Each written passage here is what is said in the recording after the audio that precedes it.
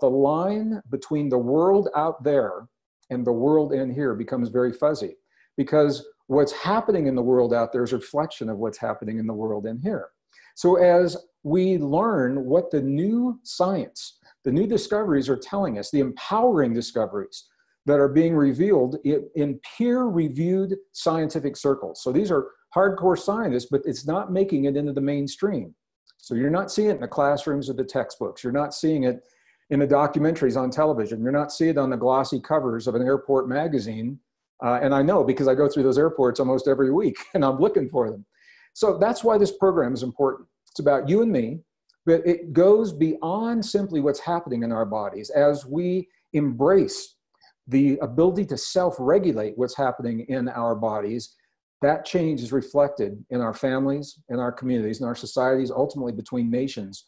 We become better people and we create the best world possible. And I know that's what we all want. So I'm going to jump right into our program here.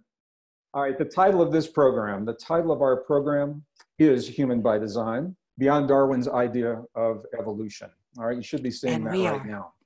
And I want to begin just with a statement by Scott Turow, an American author. And what he says to us is, he says, who are we? But the stories we tell ourselves about ourselves and believe. Now, I want you to think about that just for a minute. Who are we but the stories we tell ourselves about ourselves and believe? We live our lives based upon the way we think of ourselves. And if you've never thought about this before, I'm going to invite you to think about this right now. Where do the ideas that you use to define your relationship to yourself, to your body, to other people, to the earth, to the past, to the future, to the cosmos, to God, to everything in your existence, where does that information come from? And what if that information is incorrect? Well, the stories we tell ourselves, that's what we're going to talk about tonight, because you and I are the product of a story. We have been steeped in a story in the Western world. If you were educated in the West in the last 150 years, you are the product of a story. And it's a big story. It is a story of competition, of conflict, of struggle. It's a story of human insignificance. We're told that we are the product of a random mutation, a series of mutations of genes that happened a long time ago. And that story, it's a very sterile sounding story, and it leaves us consciously and subconsciously. This is the key. Subconsciously, it leaves us with a feeling that we are helpless, that we are powerless, and that we are insignificant in life and insignificant in the world. I'm not saying that we talk about this consciously or that we're even aware of it consciously, but it plays out in our everyday lives. It plays out in the way we treat one another. It plays out in the way that we live our lives. So there's a new human story, and that's what I want to talk to you about right now. A new human story that's unfolding, and it is a beautiful story. It's a powerful story of hope and possibility. And here's why it's important. The key is that the better we know ourselves, the better equipped we are to deal with this new world. The better equipped we are to deal with whatever life brings to our doorstep. The better we know ourselves, the less we fear change in our world. I'm just going to get personal because I'm talking to you. So the better you know yourself, the less you fear change in your world. The better you know yourself, the less you fear other people that don't seem familiar and that have ways of thinking and living that are very, very different than what you have been led to believe are the way things should be in the world. The less we fear ourselves. And this is so important because we are such powerful beings and we are taught to subdue our power, to discount the power that we have, the power, as I mentioned, to self-regulate our own bodies, our immune systems, our longevity, our anti-aging enzymes, and the way our bodies function in the world. We are such powerful beings, but we're taught to fear that power, consciously and subconsciously. So as we go through this new material and the new discoveries that are simply not being shared in the mainstream, it changes the way we think about ourselves. And that's where I want to begin right now. Carol Ann, our course manager, she asked you if you would please have a pencil and paper ready.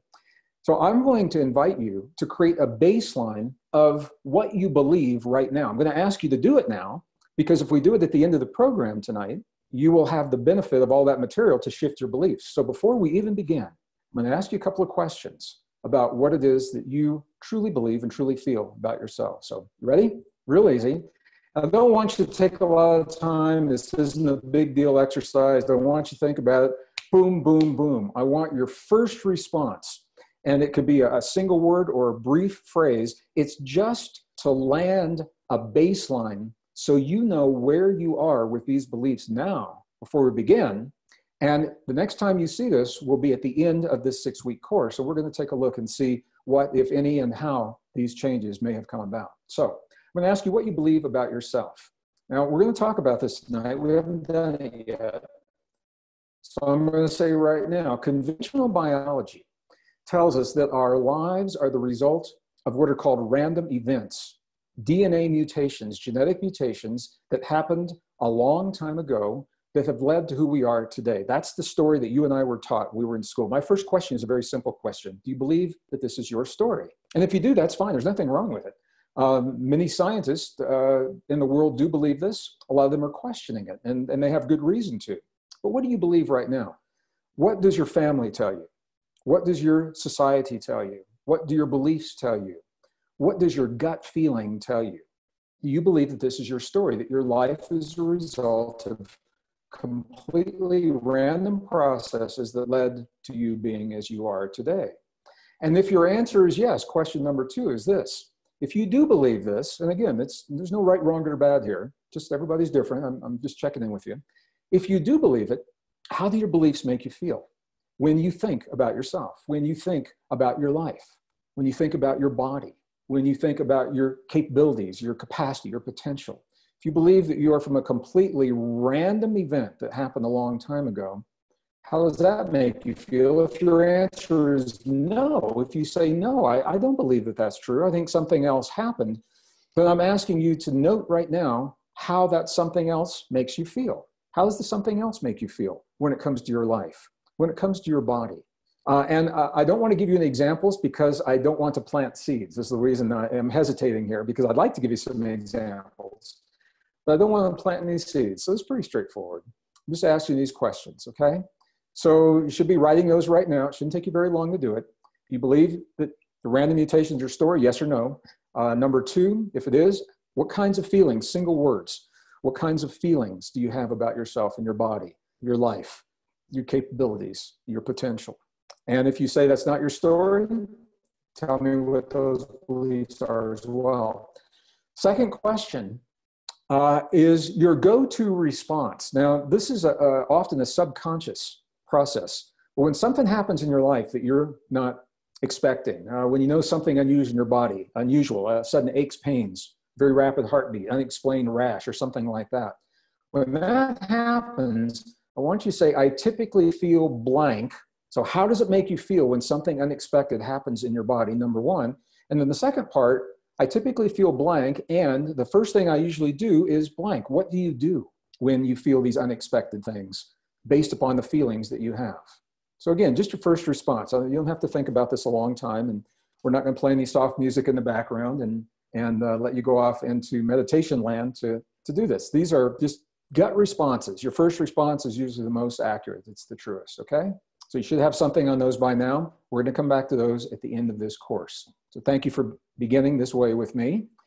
So I'm going to jump right in now to the actual content that I want to share with you tonight.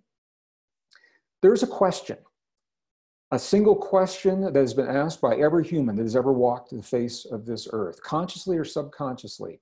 We ask this at different points in our lives for different reasons in our lives. And the question is simply this. You probably already know what it is.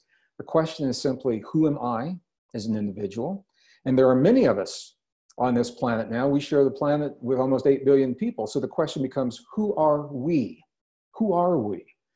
And that means different things, different people, but I want you to know that the reason that we're having this conversation, this is much more than a philosophical question. You know, it's an interesting question, and you could sit down over a latte at Starbucks and spend hours talking about this, but it's much, much more than that. The answer to what I'm asking you goes right to the core of the very issues that are polarizing our families, shredding our communities. They're dividing our societies, and they're even polarizing our nations. More than a philosophical question, it matters. This question matters for these reasons, because you and I we live our lives, we solve our problems, choose our relationships, we heal our bodies based upon the way we think about ourselves. Now, if you've never thought about that before, I want you to consider that just for a moment. You solve your problems based upon the way you think about yourself. Do you see yourself as part of or separate from the world? Do you feel that you're qualified to solve the problems that come into your life day by day? Your relationships, think about the relationships that you invite into your life. We're adults, let's just do this. Think about the people that you invite into your bed. That is one of the most intimate relationships that you will ever have. Who do you invite into your bed? Who do you invite into your life? Who do you invite as your friends? The answer to all these questions, it's based upon the way you feel about yourself. It's based upon your self-worth, your self-esteem, you know that, but it goes even deeper. It's based upon what you have been taught to believe about your very existence. And that is what is about to change. That's why this is so important.